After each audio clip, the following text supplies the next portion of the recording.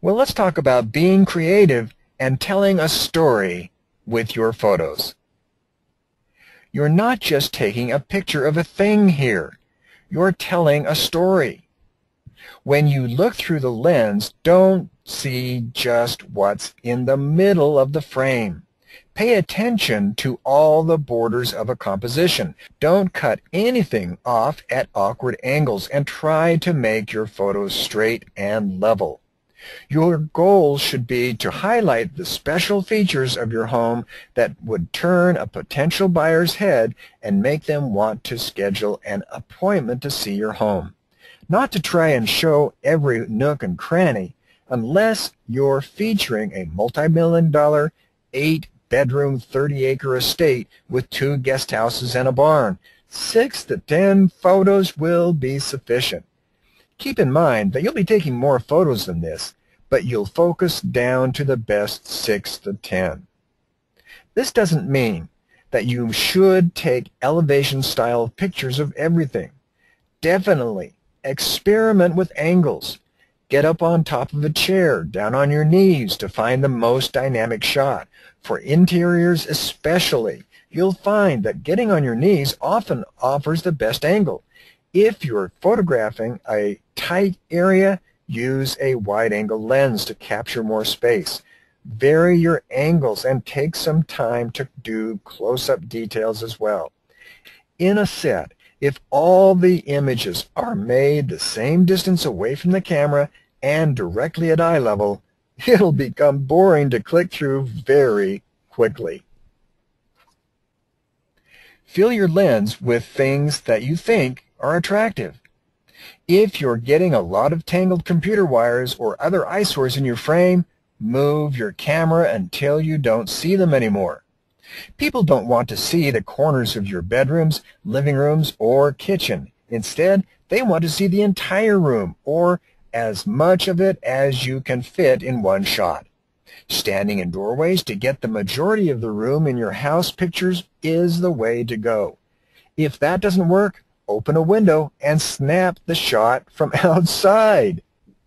In addition to taking the room at a glance shots, your home for sale should also showcase close-ups of the important stuff. The kitchen and sink and appliances, for example, and the shower in the master bath are appropriate. I'm not saying that buyers want to see the individual rings on your stovetop burners, but be realistic and liberal with your camera.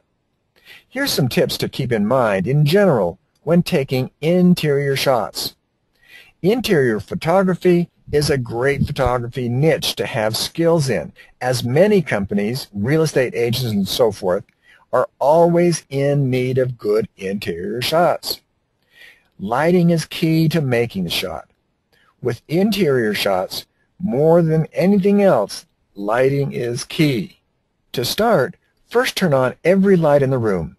This helps add depth and color variance to the scene. Make sure there are no reflections from lights on pictures, mirrors, and windows, and then look to see if you need additional external lights. When I'm shooting an interior, I like to do it with natural light when possible, but sometimes if you have to add some extra lighting in that situation, you can use either some small flash units or large strobes, as we'll talk about in our lighting section. I use a combination of both. You want the light to flow naturally in your picture and help lead the eye. In pictures, large white spaces draw the eye in, so avoid blown out areas as much as possible, such as windows. With that said, it's now more acceptable to leave windows and doors blown out more than in the past. Many major publications do it, but use your eye and you can usually tell if it's too much and looks distracting. You want your lighting to be transparent and you want people to know it's there, but don't want them to be able to figure out how you did it. Your goal is natural looking, realistic lighting across the whole frame. Now, styling is an important part of the shoot. Just like models need time to apply makeup for studio shoots, you need this time to clean the room to prep for the shoot.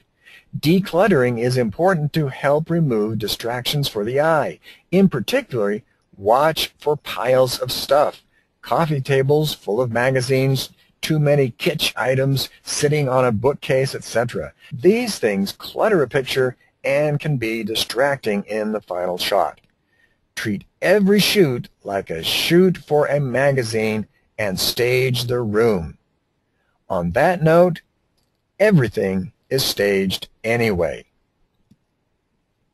Usually, when you're shooting interiors, it's for a very distinct reason, and usually that includes showing off the room and making it look attractive. Since the owner has a reason for you to be there, the room has usually been staged or refined for the picture before you arrive. Thus, you're not taking a picture of what the room really looks like in most cases, but instead a picture of what the owner wants to portray. With this in mind, don't be afraid to move furniture, decorative items, etc. I've had to move couches and rearrange living rooms before to take better advantage of lighting and placement. Many things can be fixed or corrected in Adobe Photoshop, but it's a good idea to try and correct as much in person to save you time and hassle. Now, here's an idea. Shoot into the corner. This is one of the most important tips to interior photography, and it's very simple. Shoot into the corner of a room to make the space appear larger.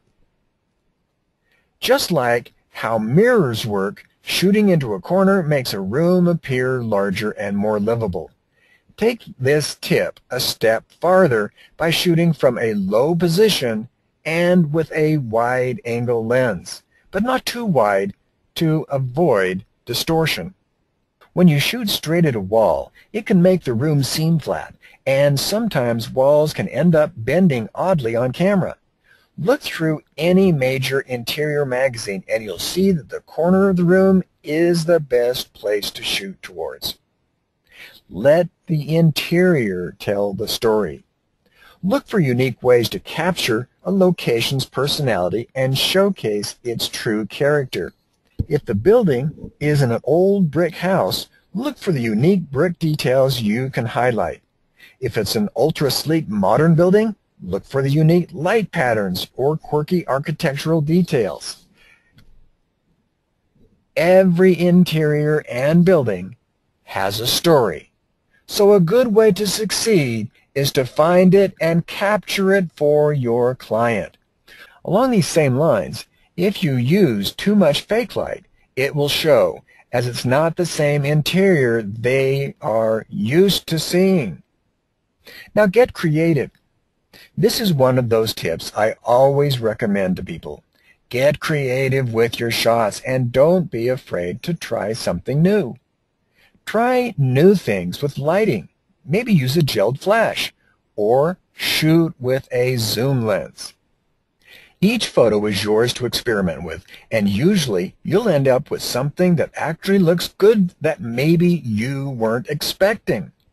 Even if you don't, it might give you an idea for something else to try. Angles can work great for some close-up shots, but watch out. Inside, it can make walls look like they're crashing down. Interior photography can take you to interesting places and get your work noticed by lots of people. Each shoot presents new lighting challenges and new spaces to work with, which makes interior photography a great skill to know. These tips represent a starting point for some fundamentals that will help guide you in your setup and picture taking. Remember, one of your most important objectives is that you're not just taking a picture of a thing here, you're telling a story. And each shoot presents new lighting challenges and new spaces to work with, which makes interior photography a great skill to know.